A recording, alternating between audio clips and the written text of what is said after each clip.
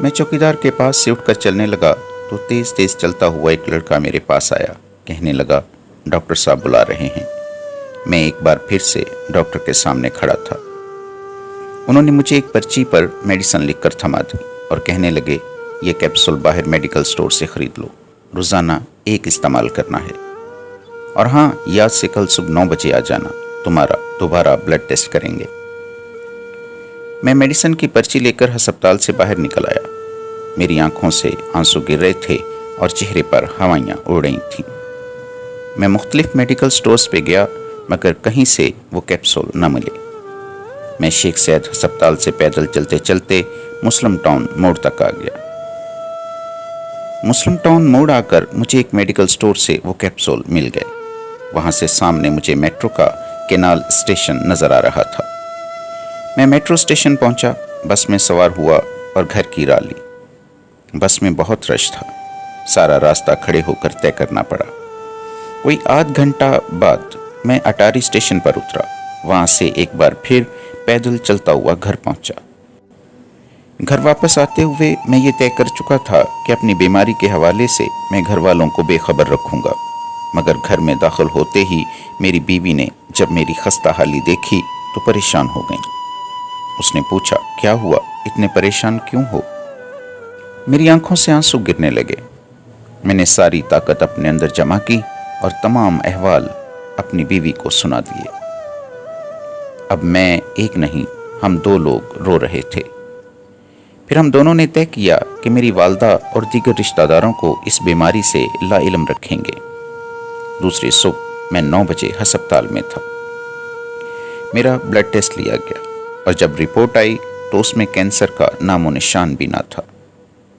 Doctor हैरानगी से मेरी report देख रहा था। कहने लगा, तुम्हें तो ब्लड कैंसर नहीं है। ये बात सुन के मेरे चेहरे पे मुस्कुराहट आ गई। सोचा दुआएं रंग ले आईं। कल वाली रिपोर्ट गलत होगी, मुझे ब्लड कैंसर हो ही नहीं सकता। मैं एक स्पोर्ट्समैन हूँ, मुझे कैसे ब्लड कैंसर हो सकता है? या अल्लाह पाक, तेरा शुक्र है। डॉक्टर की दूसरी आवाज़ मेरे कानों में पड़ी, मुझे लगता है हमें आपका ब्लड टेस्ट दोबारा करना चाहिए ताकि तसल्ली हो जाए। एक बार फिर मेरा ब्लड टेस्ट लिया गया। जब रिपोर्ट आई तो एक मर्तबा फिर डॉक्टर के चेहरे पे परेशानी के आसार थे। कहने लगा, इससे पहली जो रिपोर्ट आई थी वो किसी और शख्स की थी, आपको वाकई ब्लड कैंसर है। एक बार फिर से मेरी आंखों के सामने अंधेरा छा गया। डॉक्टर ने कहा, आपको 2 दिन बाद दोबारा अस्पताल आना है क्योंकि आपका बोन मैरो टेस्ट किया जाएगा। और एक पर्ची पे वो तमाम चीज़ें लिख दी ऑपरेशन के दौरान जिनकी ज़रूरत थी।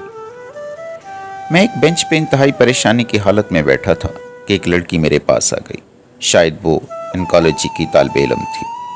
उसने मुझसे एक ही सांस में कई सवाल कर डाले। आप कितने बहन भाई हैं? आपको कब पता चला कि आपको ब्लड कैंसर है? आपके ख़ानदान में किसी को ये बीमारी थी? आपकी शादी कब हुई? कितने बच्चे हैं? मैं उसे जवाबात तो दे रहा था मगर उकताहट और घबराहट के साथ। अब जब मैं घर पहुंचा तो मेरी हालत कल से भी बदतर थी। बहुत ज़्यादा कमज़ोरी महसूस करने लगा था। चारपाई पे बैठना मुहाल हो चुका था। बस बिस्तर पे लेटे हर वक्त छत को घूरता रहता था। मेरी बीवी ने मेरी वालदा को मेरी बीमारी के हवाले से सारी बात कह दी। मेरी वालदा बहुत ज़्यादा परेशान हो गई। उनकी आंखें बार बार भीग रही थीं। मेरी वालदा ने मुझे बहुत तसल्लियाँ दी, दुआएं दी। और फिर मेरी वालदा ने मेरी बहनों को, भाइयों को और दीगर रिश्तेदारों को मेरा तमाम हाल कह सुनाया। फिर क्या था, रिश्तेदार और मोहल्लेदारों का एक तांदा बन गया। अजीब बात यह थी कि जो कोई भी मेरी खबर लेने के लिए आता वो एक कहानी ज़रूर सुनाता।